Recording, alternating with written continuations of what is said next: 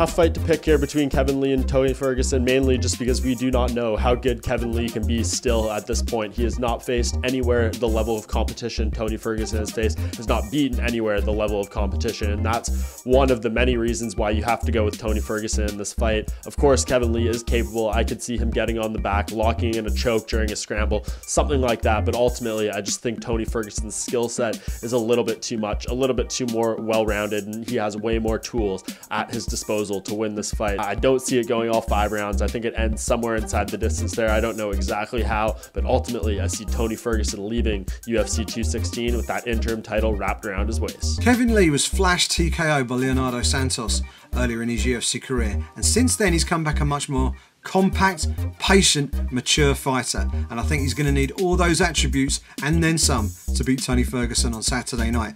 Ferguson is a completely different style of fighter, commits to everything, at times overcommits, and in doing so creates openings for his opponent, but it's a style that's worked for him so far because he hasn't come up against a fighter quite as patient and as skilled as Kevin Lee. I think if Lee waits his moment, he will get openings. If he can take full advantage of those, I think he'll get this one done. It might go into the middle rounds of the fight, this one, but I see Kevin Lee getting this one done by submission.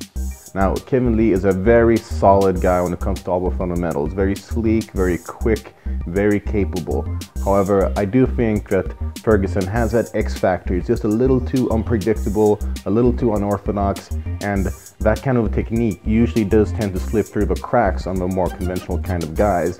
So I predict Tony Ferguson finishing this fight. How, I do not know, because that guy has all kinds of crazy ways to end the fight. I do think if I look back at the quality of the opponents, I have to give this fight to Tony Ferguson, you know. And with his unorthodox striking, he can cause some problems with Kevin Lee. But Kevin Lee, he will wait until he gets this opportunity to secure the takedown, a ground and pound, or submit Tony Ferguson.